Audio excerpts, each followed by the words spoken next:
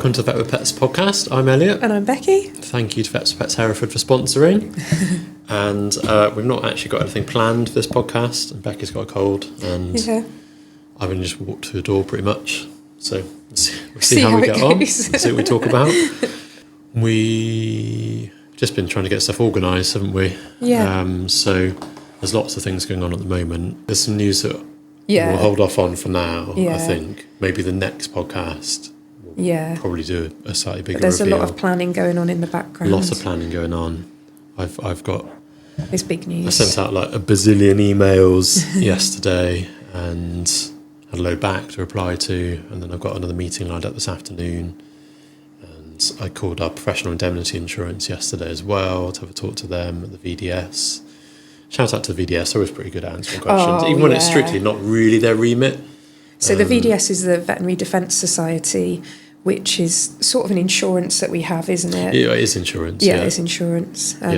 For if anything were to go wrong, we were to make a mistake, or just they're just there to run things past them as well. Or even when things have gone perfectly to plan and people make a complaint, they're just professional indemnity insurance, aren't they? So they're there to then, if we contact them saying, "Oh, we've had this complaint" or whatever, they'll then overview the case, and then pick that up if the case is pursued by the claimant, I guess they would be called. Or sometimes if we've got like a welfare concern and we need to report an owner to the RSPCA, we run it past them first, don't we, to make sure we're not breaking GDPR. And they're always handy in that sort of situation as well, which luckily we don't need very often. But very, very rarely. They're there if we need it. Yes, if we need it. Yes, I had a chat with Mike Stamford there. He was very good. So, shout out to Mike. Sound like my first name turns with him, I definitely not. Probably should refer to him as like Dr. Stamford. We don't contact them that often. No. And then I've been trying to put a rota together for September because we've got a new grad vet starting, Jess, who's been and visited us on EMS, so we already know her, and we've wanted her to work here as soon as she finished uni for quite some time, haven't we? So putting that together. And then we've also asked Abby, our current degree student nurse who's on placement with us, to stay on when she finishes in July. So trying to just sort out, we've got 3 consult rooms, so it's a bit like I don't know, like a logic puzzle, me trying to sort out who's going to be in what rooms, when we're going to do ops, and then who we need in on what days. So the theory is me doing less hours consulting actually on the diary, but I think the reality is going to be me doing more work probably, I suspect. Being in the background and so being there for Jess and Beth. Because Beth is still newly graduated and we'll have Jess started as well. So more my role is going to be supporting them and all the nursing team. You're going to be like a coach. So, that's why I need to do a coaching qualification, actually. I was looking at it again the other day. I might be able to find out more because I'm going to the Veterinary Management Group conference tomorrow and Friday, and they normally have a few people from there, so I can find I'd like some something that gives me letters, though. I like the idea. If I'm going to do it, I want a letter for it. You've got enough letters. But then I'm also probably going to do another certificate as well. Oh no! Because my exotics one is 6 years old now. So what, are you going to do the same one again? Or? No, I think I'll do the RCVS one. Oh yeah. I think. But the only thing that puts me off that is that there's more coursework. So certificates come in a couple of different ways, and I'm very good at exams. I'm like quite comfortable. I will do a load of teaching, and I'll retain enough of that knowledge to pass the exam.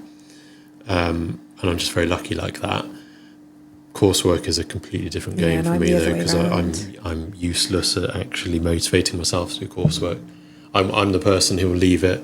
As I think I've said before in here, the fear. I need the fear that it's getting to a stage where actually I won't physically have enough time to do it, and that's when I will start it. That will be like the push to do it. So whereas I'm feeling I'm doing ethics and culture at the moment in my veterinary management group qualification, and I've got my tutorial tomorrow at the conference in person, and I'm like 2/3 of the way through, and I still feel like I should have finished it before I have my tutorial, but that's not the way it works.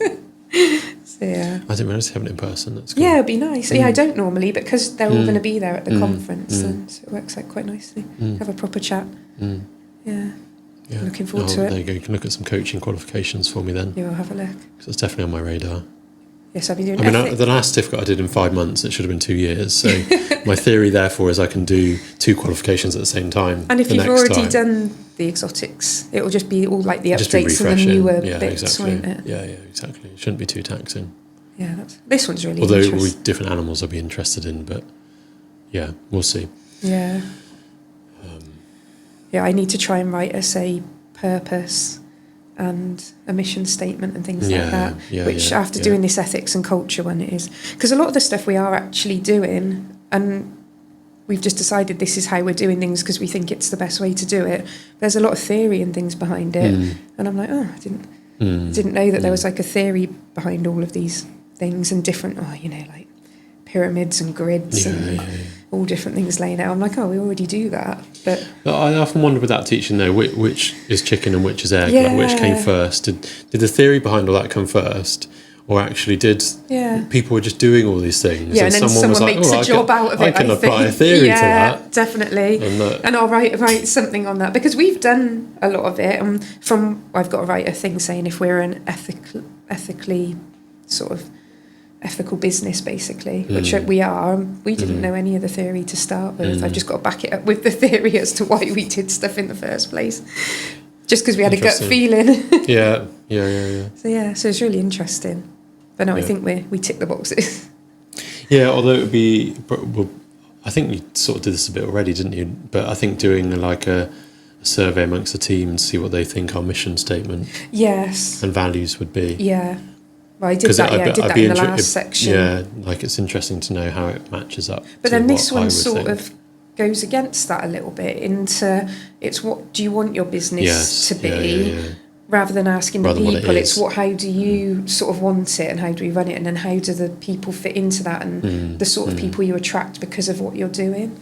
So it's really interesting. And then your culture, how the culture and ethics all works together. And that is just like a cycle, really. Yeah. Because you can't have one without the other, and then one backs the other one up. What, as in culture is backed by ethics? And works both ways, really. Yeah. Influenced by culture. Yeah, and if you don't have the culture, you have a few people at the top that are just saying this is how we should do things, but no one's actually doing it.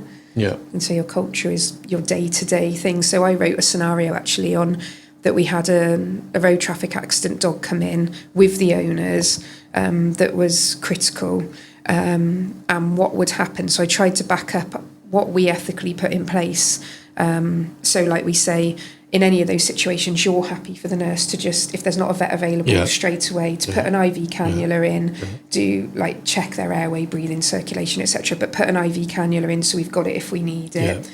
Take down all of our vital signs, and then when the vet comes along, we can feed that to you. You can, take anything you need to do. Whereas some practices you'd have to ask the vet, can I put an IV cannula in? Can I get fluids ready? Whereas we know we're just going to try and do the best thing for that patient. And also it comes under the RCVS code of practice because in an emergency you can do that without consent from the owner. And so I sort of said that the culture of that would be that I could say quite confidently that if this was to happen, this is what would take place. The nurses would come together straight away around that animal. Someone would be doing its vitals. Someone would put an IV in. The vet would be got from wherever they are, but then the vet would be able to concentrate on the owner, knowing that it was in good hands with the nurses and all of that sort of thing. And I actually thought, that is how it would happen. It was a while ago now, but I can't remember what day of the week it would have been, but Anna occasionally starts early, or at least was. Yeah. And there was a fitting dog that was in a constant state of seizure activity, which we call status epilepticus. And so I told him to come straight down, but I knew that Anna would be there before me. Yeah. So I'd called Anna ahead and said, this dog's coming down, you're right to meet them there. And I got here and Anna had already stabilised the dog. I wasn't even in the building, I hadn't even made it there yet. And Anna she'd rang me to just confirm doses for a couple of meds. And I was like, do that, go ahead. But so I got here and the dog was stable, sedated. It stopped seizuring. And then it just goes in like a spider web off of that, really, because that couldn't happen without the nurses feeling like we're trusted, and that we've had extra training. Although I dare say, combined with a little bit of occasionally I'll waltz in and be like, why haven't you got an IV in? Yeah. You should have got an IV in. So it's that balance of, yes, what is the culture and the ethics with then the management little bit side of things. Because also and that would be the that culture and that ethics would be then my expectation, if you know what I mean. Like I would have expected you to do whatever you need to do for that animal. Yeah. And if that hasn't been done, then more the question for me, management hat on, would be like, well, why weren't you in a position where you felt comfortable doing what you needed to do for that animal? That's another part of it as well then is like the human factors side of things. So not saying to that person, why didn't you do it? Like, you're stupid, you didn't do that. It's why did you not feel that you could do that, and why is our situation not making you feel like you can do it? So there's that side of things as well, which is really interesting. And also the other side is ethically, some of our things are like having flexible working, and by having flexible working we have got the experienced nurses that pretty much there would always be an experienced nurse in the building to help in those sort of situations, which gives the student nurses confidence, the vets can, so it all it all ties in, and it all has, on some days it does. Can't claim this every day. Oh no. But everything affects the culture definitely affects. We can say we want something to work a certain way and ethically we want to do this, but if everyone's not on board and doing it day to day, it just doesn't happen. No, it's very true. And then it just makes people grumpy because they think it should be happening, or they told it should be happening, and then it's not. Yes. Yeah. But it doesn't happen too often. No. Not with the important stuff anyway. No, I don't think so. So that's with the slightly less important stuff then, sometimes. But So I've just got my conclusion to write now. It's because I've written all the stuff backing up how it all affects each other, and then I've got to actually write about the practice now and write, what is our culture, and are we an ethical business? Basically. Very interesting. Yeah, it'd be interesting to see what you learn about at the conference tomorrow. There's lots going on. There's, like last year, I think they touched on it last year, but there's more of a stream on like diversity and like people who are on the spectrum, because quite a lot of us are, and how we can support people in practice, and what reasonable adjustments can be made easily to just make things run more smoothly for people. So that'll be good. And then there's the new there's a lot of new employment law come through this year with the new Labour government. That's the first one at I think 8:30 or 9 o'clock tomorrow morning, an update on employment law. Glad it's you going, not me. Yes, you get the interesting stuff, but then there's also the stuff that you just need to know, and you just got to be aware of. Yeah, but then I think part of the beauty of the model that we work in with Vets for Pets is a case of they take over a lot of that. They're pretty hot on. Yeah, and a lot of that will be stuff that's been put in the contracts, and I think there's new stuff on 0 hours contracts. So they just would say, no, you can't employ that person for that, and would just tell us no, basically, I think. So so all I need to know is just the highlights. That's good. The highlights. The highlights the of the employment law. Okay, fair enough. Call it highlights. Have you got any favourite patients this last week or so? I feel like Saturday just like whizzed by, didn't it? This Saturday. So it was, just a bit crazy. So Moby was in, who's always one of my favourites. He's so he had 6 lumps removed. He's a Labrador who lives in one of the local pubs, and he's absolutely lovely.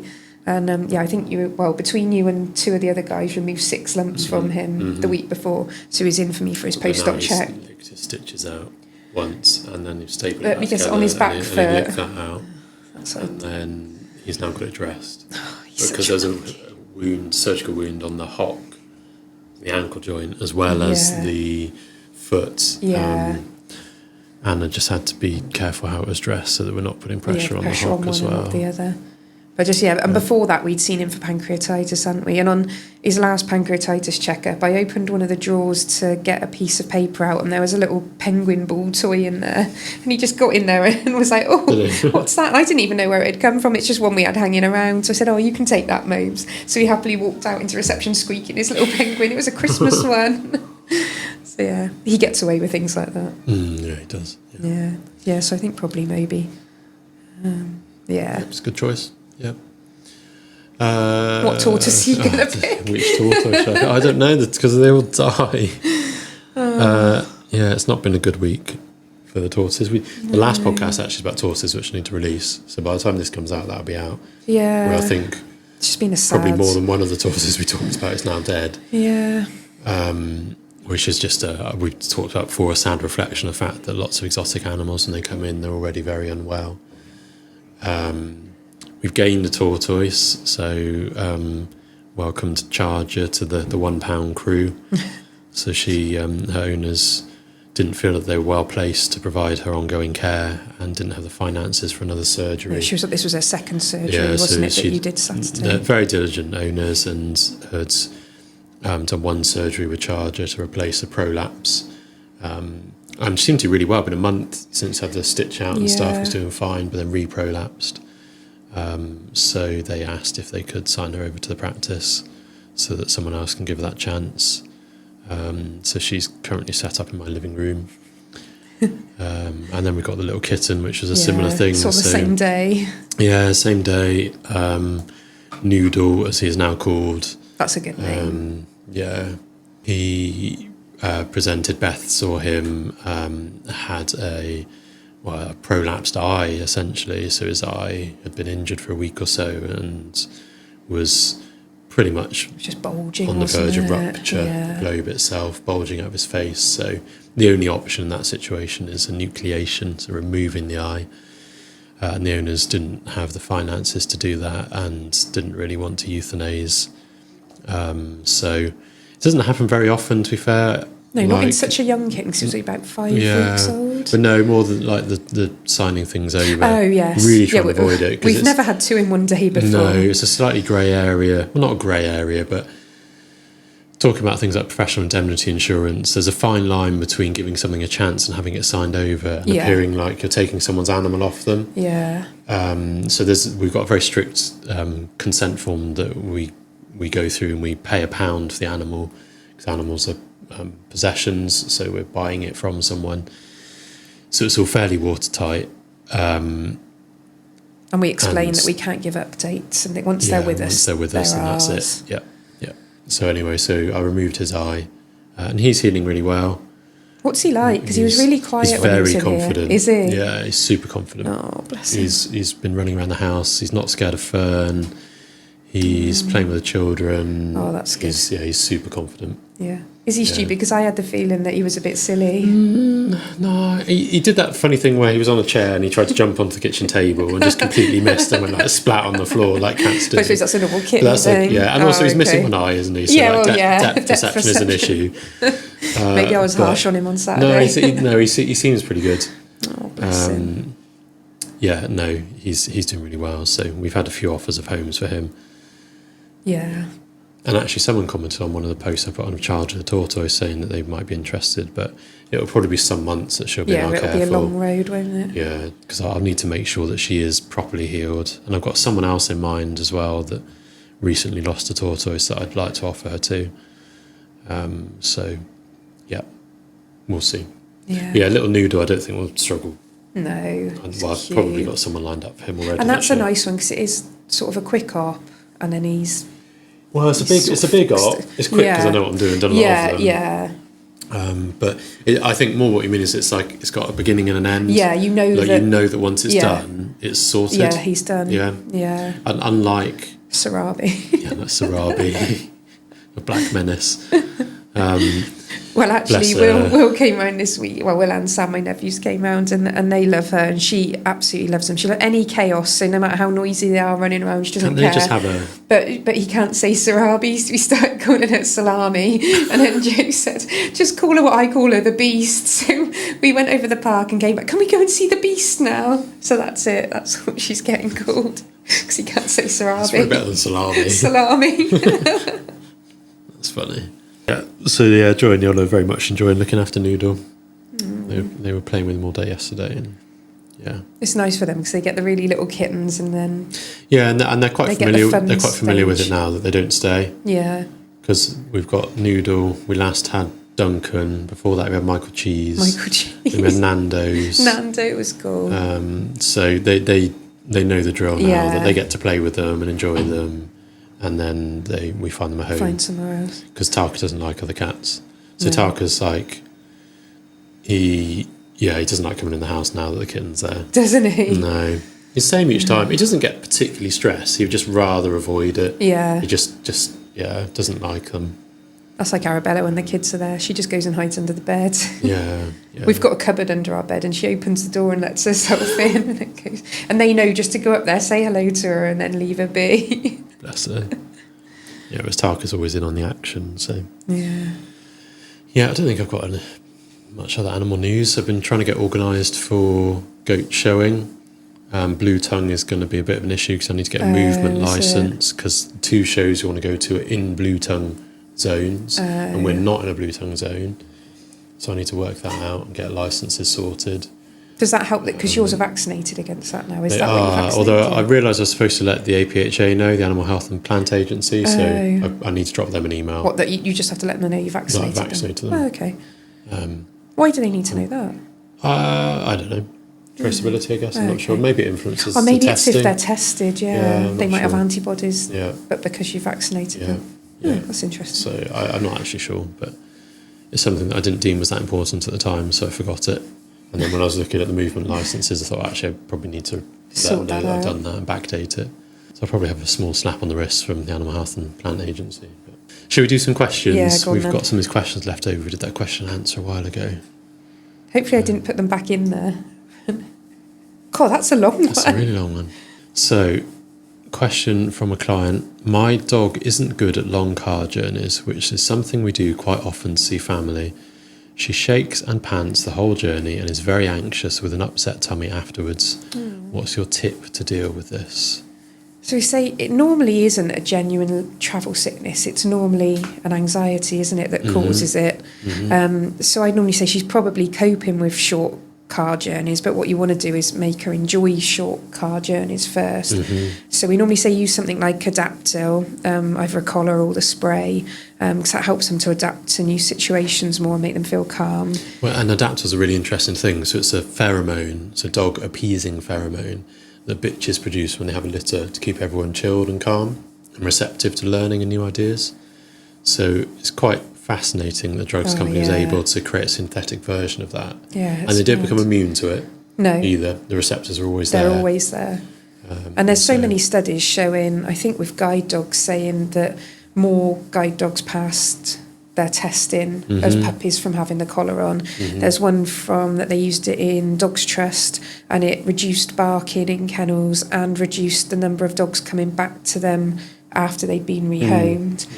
So there's quite a few really good studies. And then I think they also did one when it was quite new, showing that the owner, I think it was like 12 or 14-week-old puppies, they just had it on for a month, just one collar for a month, and then they sent questionnaires out to those owners right up until I think they were a year and a half old, and the ones that had had the collars compared to the ones that had had the collar without the pheromone on it, like the placebo, were better behaved. They listened more. Their training was going better. It just for wearing it for that 1 month.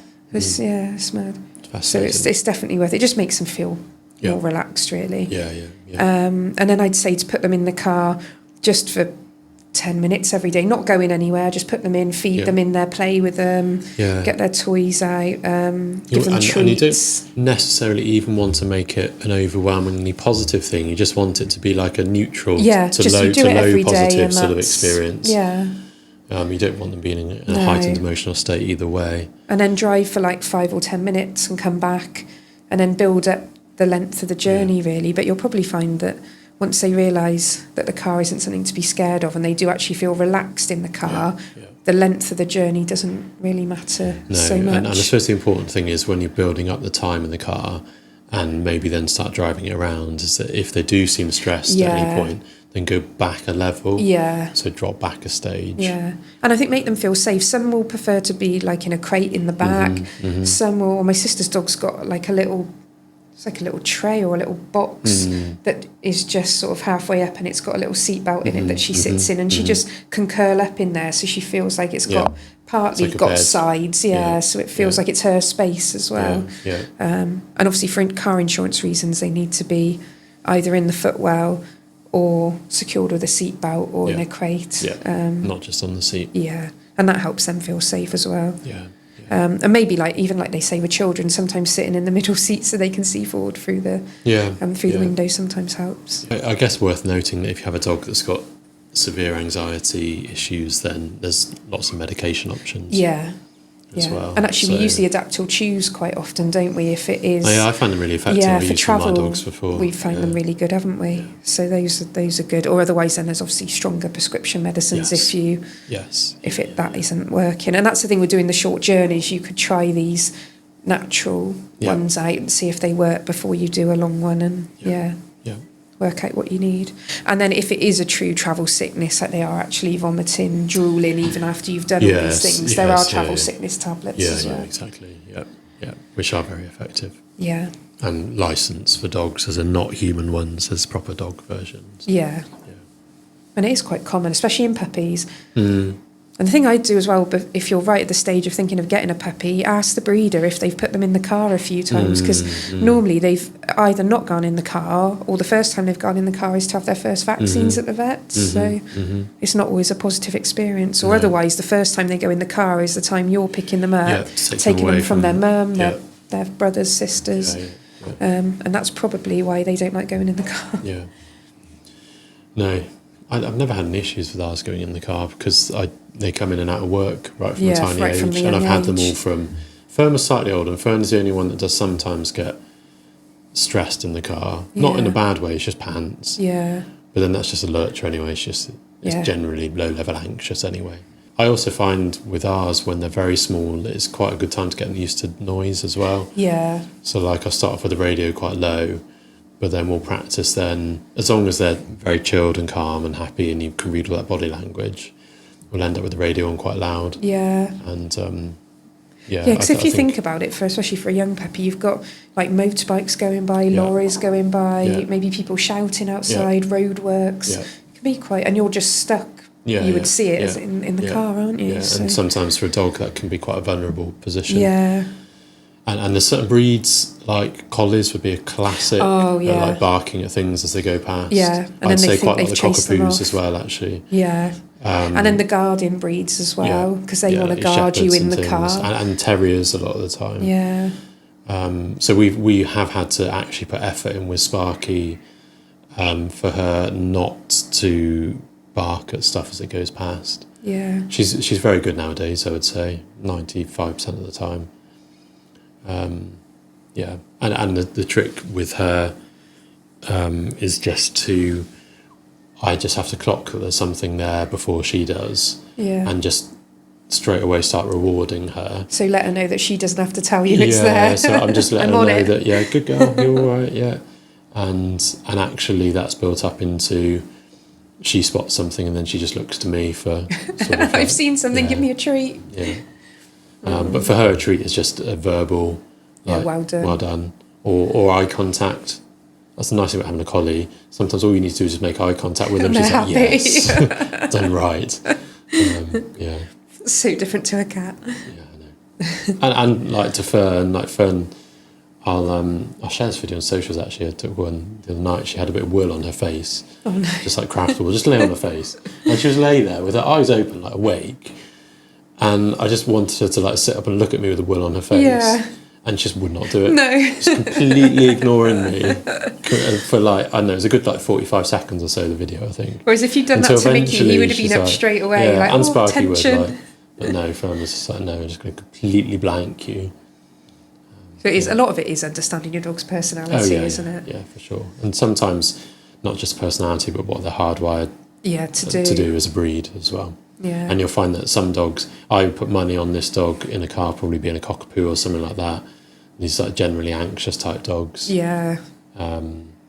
It's probably less likely to be some of your more sort of placid type breeds, I would say. Yeah, like a retriever. Yeah. Just getting in to sleep. It does happen, but less likely. Oh, do you want a dog food one? Yeah, go on. We covered this bit before, but if homemade dog food is well researched to be balanced and offer the correct nutritional values, are you supportive of this? Yeah, I would be if it was. But it's probably, well, in all likelihood, it's not going to be. It's very, the it's very difficult difficult thing. to do, isn't it? Yeah. And like I said before, there's a website called balanceit.com. And if you go on there, you can put all your ingredients in and it'll tell you if it's balanced or not, and then sell you some supplements to And there's so make. many supplements, exactly. But then the thing is even, it's not just a case of the right sort of like ratio of protein to carbohydrate No. to vegetable material. It's all the micronutrients and the Yes. the what's Vitamins, trace elements minerals, and stuff all as the well, trace isn't it? things Yeah. that you're gonna, and then it just depends, like I said before, how you cook it, Yeah. how old your ingredients are, especially with fruit and veg in this country. It could have been shipped from, well, Yeah. it probably has been shipped from somewhere else. Yeah. It's going to be different every time, no matter how Well, hard well- you try. Also, interestingly, I was reading, I think it was a paper on this that had been abbreviated a little while ago, the nutritional value of our current fruit and veg now Yeah. compared to what it was like 15 to 20 years Yeah. ago. It's scary because the it's- soil quality is just Yeah. going down because we've relied on fertilizer and that's so Yeah. much rather than like rotational farming. So it's interesting. Yeah, it's hard for us as well as the dogs. So in short, you're supportive of it, but it's very difficult to do. Yeah, and it is hard to research properly. What types of animals do you treat? What Well. don't we treat? Watch this space. I suppose me personally, there's not much I don't treat. We don't, as with my Vets for Pets hat on, we don't do any horse stuff currently. No. Shortly might change slightly, but currently we don't do any. No. Although I do treat my own Shetland ponies. Yes. We've got some goats registered with us as a practice. Yeah, so we were talking about VDS. So the VDS insurance, you have to tick like boxes of what you treat. So it's small animal, exotics. Not even exotics, actually. Oh no, the small Exotics animals comes is in under the small animal. exotics, Yeah. yes. And then we had to contact them because we do the Home Lacey College goats, and then we had another lady client that with some wanted goats, us to do yeah. goats, like backyard goats, basically. Yeah. And so we had to add them onto our Yeah. insurance, didn't Yeah, we? yeah. But it was funny because the amount of money that we had to have it covered for, they don't have an option for just smallholders. No. So it was a huge amount, as if it was like a herd of cows or something. Yeah. But we're covered, so that's the main thing. Yeah. Um, But yes, we'll have some exciting new patients that we can talk to everyone about in the next podcast. I suppose Well, the s- I'm saying the next podcast. I'm pretty sure the next podcast we can reveal it. I would have thought so. think, yeah. But the smallest thing's probably a bat, I'd say, which would Yeah. be wildlife because they're only a few grams. Yeah.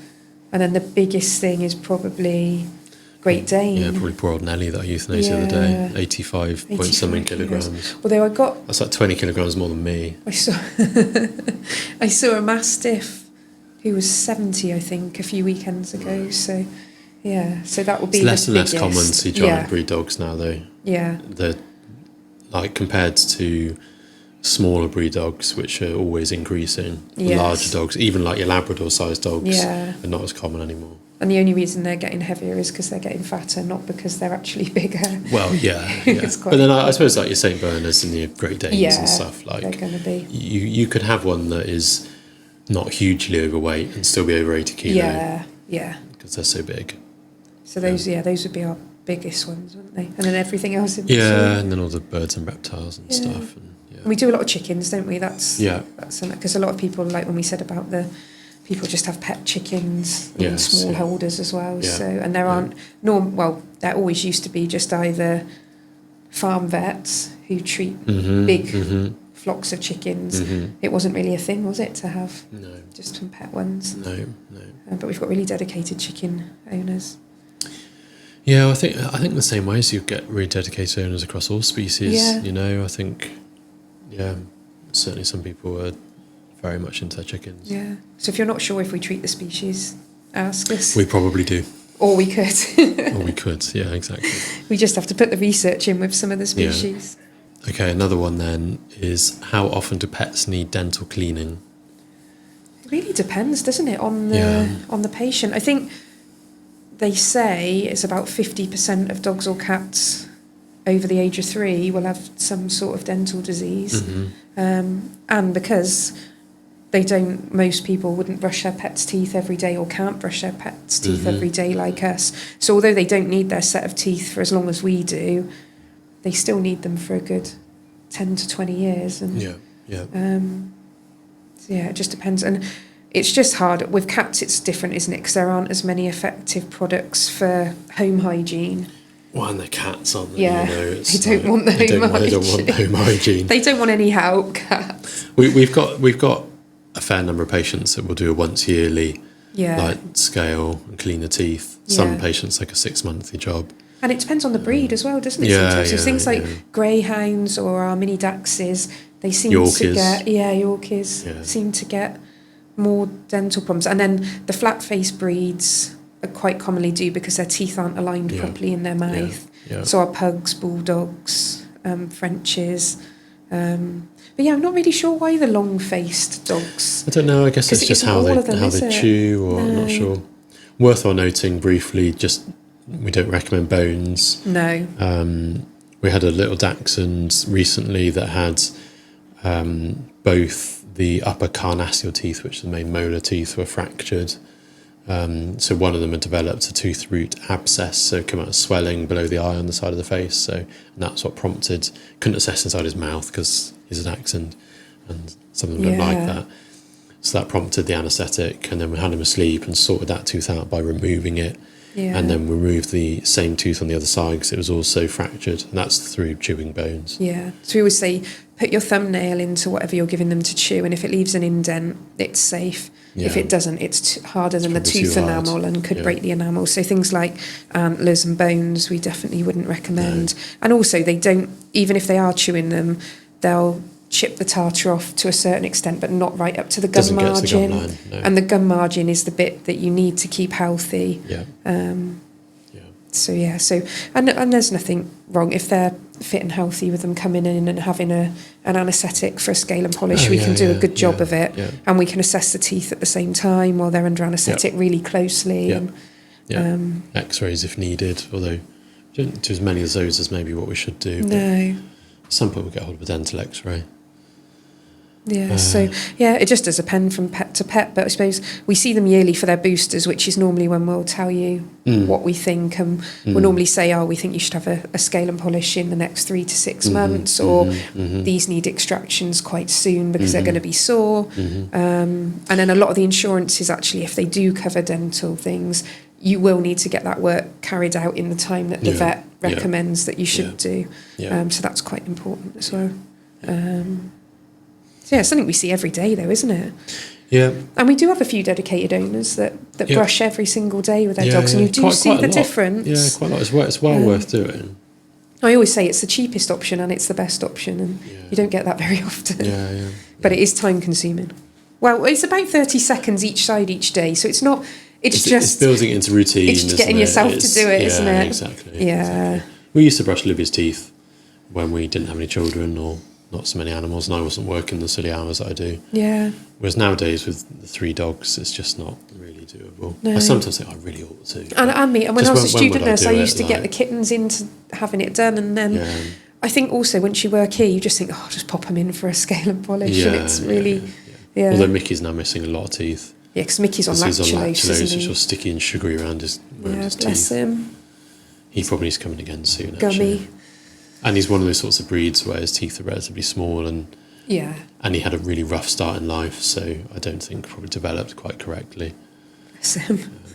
Can dogs understand things that humans say, or is it just the tone of our voices? No, I reckon they definitely can.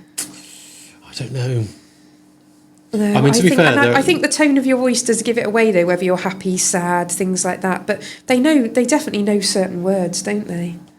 I am guilty of frequently telling my dogs off in a happy, jolly tone whilst telling them exactly what I think of them because they didn't come back when I wanted them to. But Yeah. I sound very happy about it. And do they 'Cause know they're being told off or not? No, I think they're just like, he sounds happy. I'm like, but yeah, no. I don't think they understand like long sentences, but they understand certain words that you say. I think it's just repetition, I suppose. Yeah, more. I think it's that cause and effect, isn't it? You Yeah. know, it's like walk is a classic one. Like I suppose you'll what often say, do "Oh, they you wanna mean go as for a walk?" understand? And then Because they understand a walk is a walk. Yeah.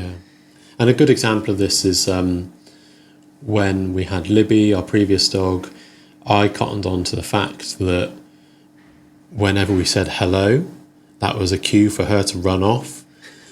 because where we lived in Sutton Bonington at the time, we'd frequently see people out and about when we were walking, and other dog owners and stuff, and so you'd like joyfully say, "Oh, hello, good morning." As soon as you said hello, Libby would be like, "Right, someone around. Where am I running off to say hello?" And we practice it, and we do it in the middle of the playing field with no one around, and he'd just be like, "Hello," and Libby would be like, "Where are they?" And she'd be like spinning around looking for someone to run off and say hello to. It's mad. Yeah, but then she's not actually understanding. I don't know. She knows. Said, No, but she knows that hello means there's someone around. Exactly, there's someone there. But then I suppose what is understanding? Yeah. Because I suppose actually then thinking about it, then maybe she did understand that when you said hello, it meant that you were greeting someone who was there for her to greet too. So actually, maybe she did understand. And I'm sure that this is a cat though. Sarabi knows when I say, "Let me see," because I'm trying to look at her face and like get rid of her bogies or wipe her eye. And I need to stop saying it because she knows and she's like, trying to get away from me. And I'm like, "Let me see." Yeah. But I definitely think they do certain things, especially things you use every day. But then that's the same with like a toddler, isn't it? They don't know every word, but they know. True. No. I suppose it's like when Joy was really little, I was in the shower one time and I forgot to get a towel ready outside, and she wasn't speaking at all. She wasn't yet at that stage, and I was like, "Oh, I wonder if this will work." And I was like, "Joy, can you get Daddy a towel?" And she just like crawled off and dragged back a towel. Did she? Yeah. I was like, "Oh wow!" Because she just knew that's what you normally need. need. She knew that's what I was after, even though she couldn't verbalise or anything. No. Yeah, it's quite interesting. And they know when you go to certain cupboards and stuff, don't they? Like what you're doing. The cats know if like Joe's getting the Hoover out. Sarabi doesn't care, but Belle hates it, and she'll go and sit outside. But she'll sit right on the edge of the patio as far so that she's still close to the house and can come back in as soon as he finishes. Yeah, I think they do, and I think some dogs are more in tune than others as well. With like your feelings all pets, I think. Yeah, I think some of them just know, don't they? Yeah. Well, maybe in tune, or whether they care or not. That's exactly.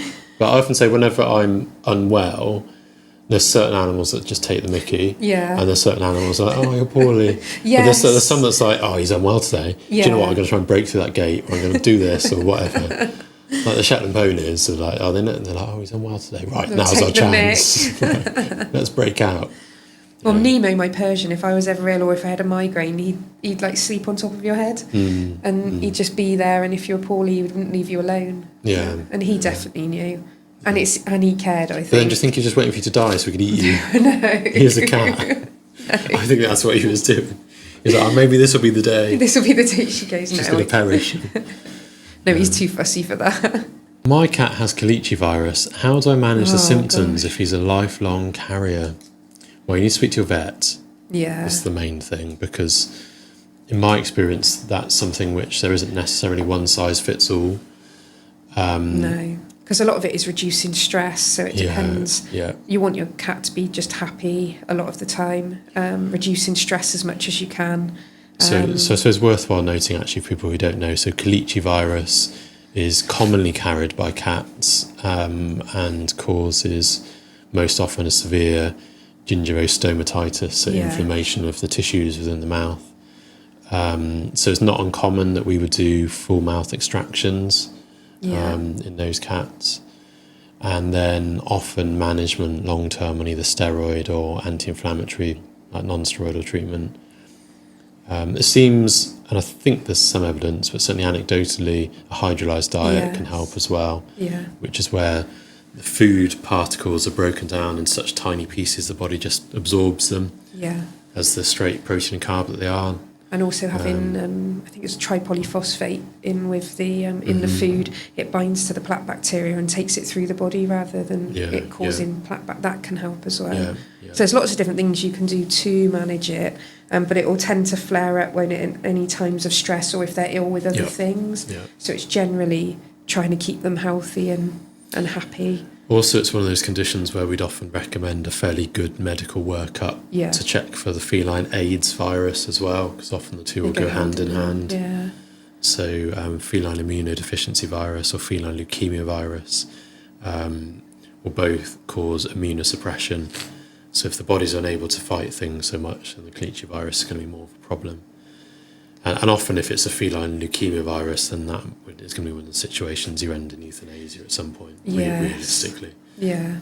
Whereas the Kalichi, they can, if they've just got Kalichi. If they've just got Kalichi, then they can live a normal life. But it's hard when you get someone in for a consult, and it's normally, I'd probably say, 10, 11-month-old kitten normally. Yeah. And they finish teething, but they've still got gingivitis, so sore gums. They could be starting to get smelly breath. Yeah. It's starting to look quite sore and quite puffy in their mouth, and sometimes they're dribbling as well. Yeah. And like the owners think, they've just got sore gums, and we're saying the end point could be that we need to remove all your cat's teeth, because you have to warn people. You have to say, we're not at that stage now, but we just have to warn you, and it can be quite a hard thing, can't it, to explain. Yeah, it can. There's some thinking that omega-3 can help as well with the inflammatory side of things. Mm-hmm. But yeah, generally a lengthy discussion with your vet, and if you go away and still have questions, then certainly if that's us, I'd just say, well, just get back in touch with us and we'll discuss it all again. And I always send people to the International Cat Care website as well, because that's got quite a good bit of information about Kalichi virus on it. Yeah. So at least you can, because it's hard to take everything in, isn't it, when you're in the consult? Yeah, for sure. Especially if, you're just expecting to be told it's teething. Yeah. And then actually it's something which has lifelong consequences. Yeah. Do chickens need companions, or can they live alone? No, they need companions. Well, would an ostrich be a suitable companion for a chicken? Do you mean any chicken companions? Chicken needs another chicken. They don't feel safe. They are sort of like pack animals, aren't they? So they don't... Flock animals. Or flock animals. I don't know, mine were like packing up on something. Mine were like a pack, the old ones. Because they look out for each other. They check for danger, don't they? Yeah. And also... like compete for food. So you especially see when they're poorly sometimes. If we've had to keep one on its own, it doesn't eat as well. As soon as you put it back in with the others, because there's competition, then they do thrive with company, don't they? Although sometimes they don't know what's best for them, and when you're trying to introduce new chickens to other chickens, they act like they hate them, but within a few days they'll just be... Yeah, I would fully expect if you buy new chickens to go with existing chickens, there will be feathers flying, they'll be attacking each other, pinning each other down, standing on their heads. That's what I had with mine. And it looks really vicious, and sometimes is really vicious. Yeah. As long as there's not too much blood, then you're probably okay. And they generally just have to sort themselves out. Yeah, the pecking order is a real thing. Yeah. But they do enjoy company, and they enjoy like laying together and like it's in laying eggs, not lying down together, but laying eggs. Don't they? And they have to tell each other when they've laid, and that can promote one of the other ones laying an egg, because the other ones make the call that they're laying an egg. Yeah. So, But then at the same time, like I've got Chicky and I've got Acton, and so Chicky spent the first several months of her life in the kitchen, when she was a tiny chick, and she doesn't really think she's a chicken. No, she's a bit imprinted. She identifies more as a dog or a human. So although she's got Acton as a friend, I think Acton really appreciates her company. Yes. But Chicky couldn't care less whether Acton's there or not, to be honest. I wouldn't ever keep her on her own, I don't think. Although, to be fair, they're both 7 years old now, just turned 7.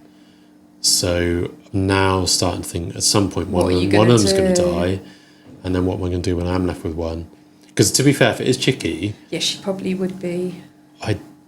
I'd have to weigh up getting a companion, because her leg's a little bit dodgy nowadays from a previous surgery. Like, she's all right, but she's a little bit lame.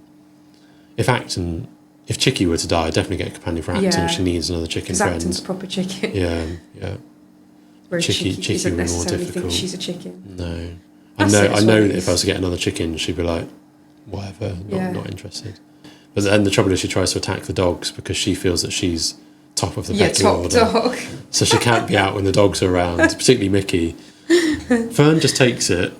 And so would Sparky and Fern just blank her. Yeah. Because they're just like, whatever. Yeah. Whereas Mickey retaliates. So Mickey and Chicky start fighting.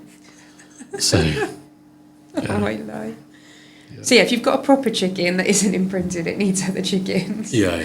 But if you've got a hand-reared chicken, it's a bit different. Yeah, she was literally hand-reared from out of the egg, so... Well, and the same really with, like, ducks, geese. Yes, yeah.